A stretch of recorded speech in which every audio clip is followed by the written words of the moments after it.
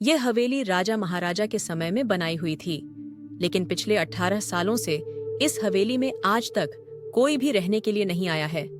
इच्छा होने पर भी इस हवेली में कोई भी नहीं रह पा रहा था, क्योंकि लोगों का कहना थी कि इस हवेली में भूत प्रेत का साया है। जब अजीत सिंह को इस हवेली के बारे में पता चला, तो उसने तय किया कि वो इस रहस्य को जानकर ही रहेगा, क्यों लोग इस हवेली में नहीं रह पा रहे हैं। उसने मजबूत इच्छा शक्ति से हवेली में रहने की पूरी तैयारी कर ली। जब उसने हवेली के अंदर जाने के लिए पैर आगे बढ़ाए, तो दरवाजे पे किसी अनजान व्यक्ति ने उसे रोक लिया और नजदीक जाके बोले, कौन हो आप और किधर जा रहे हो?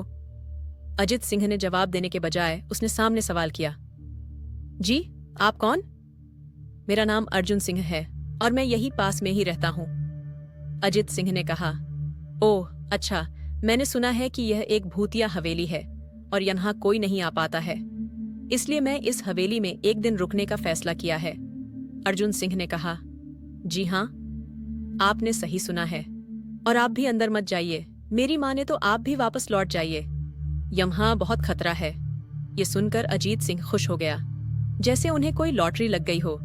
अर्जुन ने उसकी खुशी को देखकर बोला, आप क्यों खुश हो रहे हो? आपको तो भूत का नाम सुनकर डर लगना चाहिए।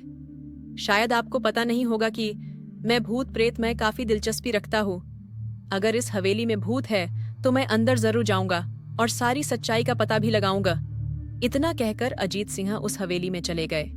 अंदर जाके अजित ने अपनी बैग को साइड में रखा और हवेली के चारों ओर देखने लगा। सारे रूम भी चेक कर लिए। बाद में ड्राइंग रूम में आके सोफे पर बैठ गया। उसने वहां बैठकर दारू के 2-4 पैग भी पिए। वहीं अचानक उस रूम में लाइट का एक बल्ब चालू बंद होने लगी, लेकिन अजीत ने उस पर ध्यान नहीं दिया। थोड़ी देर बाद दूसरा बल्ब चालू बंद होने लगा। फिर तो हवेली की सरे लाइट चालू बंद होने लगी। यह सब देखकर अजीत अपनी जगह पे खड़ा हो गया और संपूर्ण सावचेत हो गया। अचानक उसके सामने एक छोटा टेबल हवा में उड़ने लगा। करीबन 6 फुट हवा में ऊपर जाके गोल गोल घूमने लगा और बाद में अजीत की ओर तेजी से आने लगा। अजित ने तुरंत ही अपने जगह बदल दी और दूसरी ओर चला गया, और वो टेबल वहीं जाके गिरा जहां अजित खड़ा था। अजीत कुछ समझ पाता उतने में सोफे की शीट उसकी ओर आने लगी।